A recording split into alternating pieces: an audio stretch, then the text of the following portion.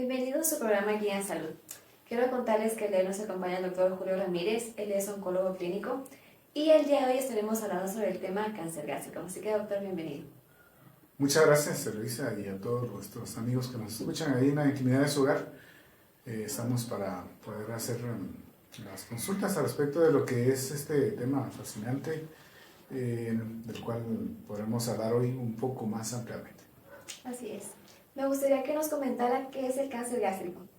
Como lo explicamos en la vez anterior, el cáncer es una enfermedad de la célula, ¿verdad? Donde la célula esta vez se origina en la célula que se transformó, se mutó, esta vez se origina en el estómago, la célula del estómago. Sabemos nosotros que en el estómago hay diferentes tipos histológicos, es decir, diferentes tipos de tumores, pero en esta ocasión vamos a hablar del adenocarcinoma gástrico. El adenocarcinoma gástrico está presente en el 95% de los tumores del estómago y pues esto va de lo que es el cardias, es decir, la unión esófago-gástrica, hacia lo que es la unión entre el duodeno y el estómago. Toda esa área es la que comprende el estómago y entonces el problema es allí, donde se origina, las células tumorales nacen en ese sitio, en el estómago, forman tumores tipo adenocarcinoma, principalmente, porque como decíamos hay otras histologías, pero son las que son en cierta manera como más difíciles de tratar, porque en los otros tipos de tumores pues hay algunos blancos moleculares, blancos terapéuticos que pueden utilizarse, algunos medicamentos nuevos como para poder tratar. Sin embargo, en adenocarcinoma gástrico no tenemos tantas moléculas nuevas como para poder utilizar, aunque en estos últimos años se han desarrollado por lo menos unos 2 nuevos medicamentos, llámese trastuzumab, uno de ellos para que más bien es en predominio de pacientes que tienen sobreexpresión de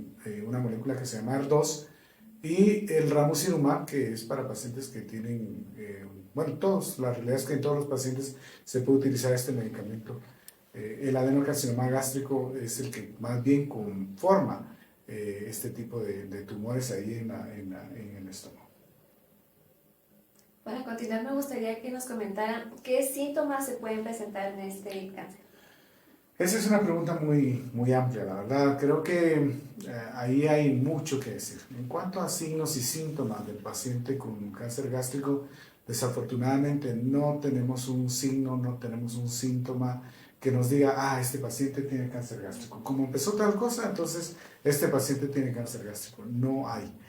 Desafortunadamente los signos y los síntomas son erráticos, son inespecíficos, diríamos, y pues generalmente el paciente se presenta con datos de enfermedad por reflujo gastroesofágico o lo que comúnmente nuestro común de nuestra gente pues dice la gastritis, ¿verdad? La gastritis, aquella molestia que tiene el paciente para después de comer, un poco de náuseas ocasionales, dolor en la boca del estómago como le mencionan, ¿verdad? O sea, esos serían datos iniciales probablemente de cáncer gástrico. Realmente no tenemos así un estudio, un signo, un síntoma que pueda decir tiene cáncer gástrico, ¿verdad? O sea, en etapas iniciales, como decíamos, dato de enfermedad por reflujo gastroesofágico, enfermedad acidopéptica, pero ya en etapas más iniciales ahí ya empezaremos a tener dolor, por ejemplo, en lo que es la boca del estómago, como le decimos normalmente, le llamaríamos epigastrio, y se puede irradiar hacia lo que es la espalda también, ese dolor puede ir hacia la espalda, entre otras.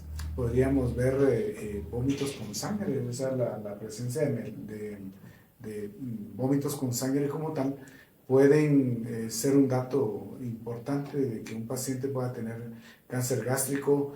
Bien, esta sangre puede ser sangre roja como tal o sangre como en shinga de café, ¿verdad? Hemos visto la shinga del café, de esa manera también podría presentarse el cáncer gástrico, o la melena, ¿verdad? La melena es el sangrado más bien, es decir, que las heces sean negras, ¿verdad? Las heces negras sería como un dato ya de una enfermedad avanzada un dato avanzado. La enfermedad ya cuando presenta estos síntomas, pues ya sabemos nosotros que la enfermedad está avanzada y pues por ende deberíamos creo que siempre hemos dicho, yo siempre lo he dicho, siendo que no hay un signo o síntoma patognomónico, es decir, específico de la enfermedad, deberíamos de estar alerta. Y quizá algún amigo mío gastroenterólogo nos esté viendo y dirá, bueno, o sea, ¿qué deberíamos de hacer? Yo siempre he dicho que el gastroenterólogo tiene mucha razón cuando hace una endoscopía, aún a pesar de que no hayan demasiados síntomas, ¿verdad? Un paciente que tiene una gastritis, un paciente que tiene un problema del reflujo gastroesofágico, generalmente debería ser una endoscopía en etapas tempranas. Esto es algo bueno que han hecho, por ejemplo, en Asia, en los países asiáticos. Ellos, un paciente, aunque sea un paciente joven, si tiene síntomas gastrointestinales del trayecto gastrointestinal superior, pues inmediatamente hacen endoscopía y ellos han tenido éxito en tratar esta enfermedad porque lo encuentran muy tempranamente y por ende tienen muchos porcentajes elevados de curación, cosa que desafortunadamente nosotros acá en Occidente no tenemos.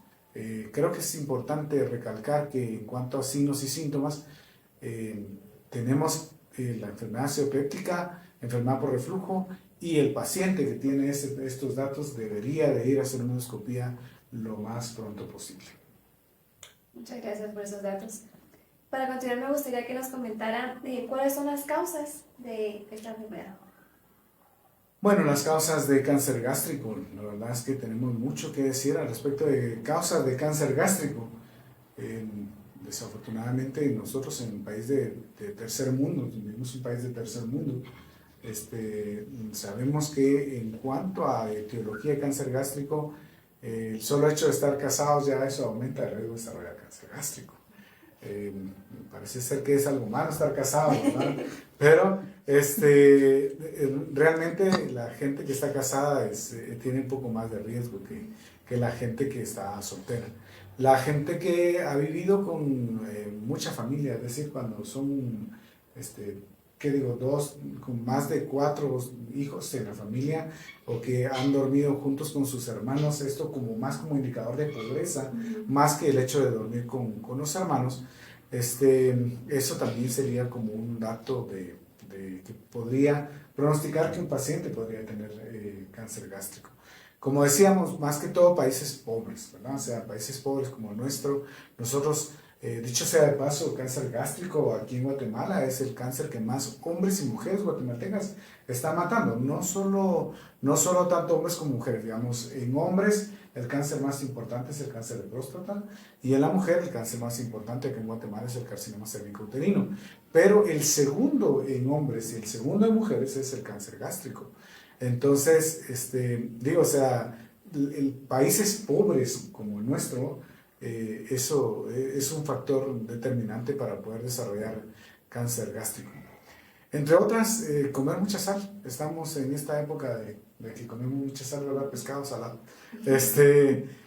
Finalmente, o sea, comer mucha sal es un dato importante de por qué podría desarrollarse cáncer gástrico. Está bien demostrado que en los países donde más sal se consume, más cáncer gástrico hay también. Comer muchas cosas muy frías o muy calientes también son factores de riesgo para desarrollar cáncer gástrico. Cosas ahumadas, ¿verdad? O sea, las cosas ahumadas son un factor importante para poder desarrollar cáncer gástrico. Y en todos los programas que hacemos de cáncer, podemos hablar de este gran enemigo, ¿verdad? O sea, del alcohol y del tabaco. Mamá decía, mujeres, alcohol y tabaco dejan al hombre bien flaco, ¿verdad? O sea, muy delgadito. Y el paciente con cáncer gástrico en etapas avanzadas, por supuesto que queda bien flaquito. O sea, el beber y el fumar son 2 factores importantísimos para desarrollar cáncer gástrico. Y si solo se fuma y solo se bebe, pues ya es un factor de riesgo. Pero si se hacen las 2 cosas, eso aumenta por mucho el riesgo de desarrollar cáncer gástrico.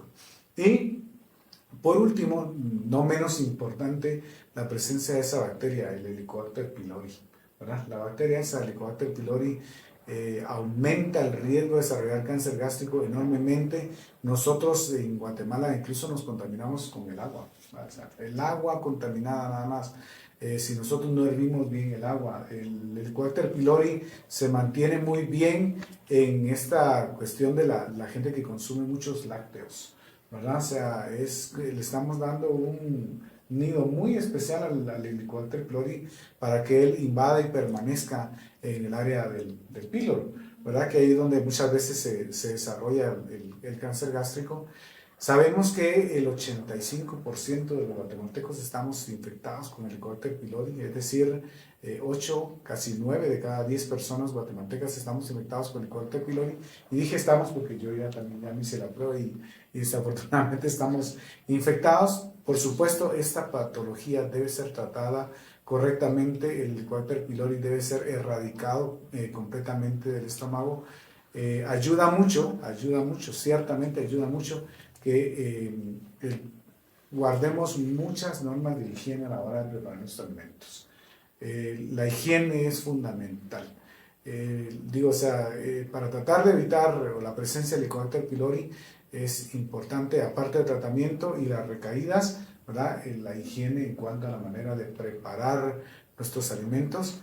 Eso es pieza clave y fundamental de cómo podemos prevenir esta patología que decíamos es una de las más importantes a nivel de nuestro país, ¿verdad? El Helicobacter pylori es pieza fundamental. Alcohol, tabaco, cosas muy saladas, ¿verdad? Cosas que están muy condimentadas. El vinagre en sí mismo también es un factor de riesgo como para poder desarrollar esta patología. Muchas gracias. Me gustaría también que nos comentara qué tipo de tratamiento es el que se utiliza ya cuando el paciente ya posee esta enfermedad. Bueno, en el tratamiento tenemos mucho que decir, la verdad, pero desafortunadamente el tiempo nos queda corto, ¿verdad? Pero en el tratamiento tenemos, creo que podemos hablar de tratamiento quirúrgico como tal en principio. Uno de los estándares de tratamiento para el paciente con cáncer gástrico, si queremos, a mí me duele como internista todavía decirlo, porque pues bueno, a veces no queremos la operación, pero creo que una cirugía correctamente realizada por un especialista que está preparado para hacer una cirugía de esta envergadura, porque es una cirugía enorme, pues si el paciente está en condiciones de ser operado, la cirugía es parte y pieza clave y fundamental del tratamiento del paciente con cáncer. Si tenemos a un paciente o si queremos intentar curar a un paciente, tenemos que operar. O sea, con todo lo que a mí me duele decir esto, como internista, si queremos curar a un paciente con cáncer gástrico, tenemos que operar. La cirugía debe ser correctamente hecha, como decíamos, debe ser un especialista que se la pase haciendo este tipo de procedimientos, obviamente, ¿verdad? Pero desafortunadamente la cirugía no quita todo, no cura todo la cirugía tampoco. No es cirugía y solo cirugía y nada más que cirugía. Afortunadamente se han desarrollado algunos otros tratamientos, llámese la quimioterapia, ¿verdad? Está bien demostrado que la gente que recibe quimioterapia, bien sea antes y después o solo después de la cirugía, se cura o tiene una posibilidad más amplia de curación, contrario al paciente que solamente se opera. En la Unión Europea se ha aprobado hacer quimioterapia antes de la cirugía y después de la cirugía, y eso ha demostrado que el paciente se cura con mayor facilidad, o sea, tiene un cierto porcentaje más alto de posibilidades de curación comparado con el paciente que no recibe este tipo de tratamientos.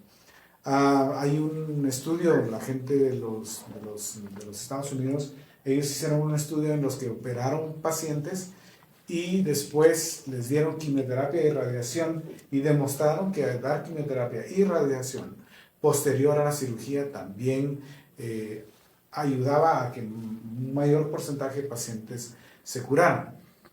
Los asiáticos, que decíamos que ellos tienen mucho conocimiento respecto al tratamiento de paciente con cáncer gástrico, pues ellos demostraron que operar radicalmente a los pacientes con cáncer gástrico y posteriormente darles quimioterapia, también eso aumentaba la posibilidad de que los pacientes con cáncer gástrico pudieran curarse.